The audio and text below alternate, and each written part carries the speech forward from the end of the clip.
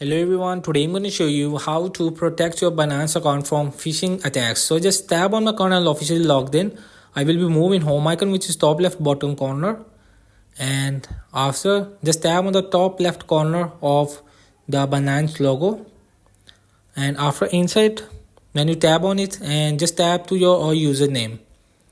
So just tap on your username. After inside you will see the security option, so just tap on the second option, and after inside and make sure the two-factor authentication is on. To protect your account, it is recommended to turn it on at least 2FA, but I will turn it all my 3 off: passkey, biometric, authenticator app, and email verification.